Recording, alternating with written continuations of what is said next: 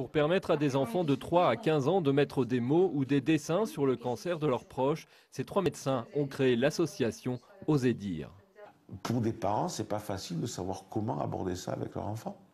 À un moment donné, vous avez 40 ans, vous êtes habitué à faire du sport avec votre fils, vous êtes habitué à s'occuper de ses devoirs, à l'amener à l'école, et puis d'un coup, vous allez perdre vos cheveux, vous êtes fatigué, vous allez maigrir, vous allez avoir moins de temps pour vous occuper de lui. Comment aller lui annoncer ça? L'association cherche avant tout à éviter que certaines familles ne cachent la maladie à leurs enfants, n'en fassent des adultes potentiellement dépressifs ou manquant de confiance en eux. Les psychologues répondent à leurs questions, les préparent à la mort du proche, les aident à ne pas se sentir eux-mêmes malades, voire à ne pas se sentir coupables. Certains patients ont encore beaucoup de mal à libérer la parole de leur chère petite tête blonde.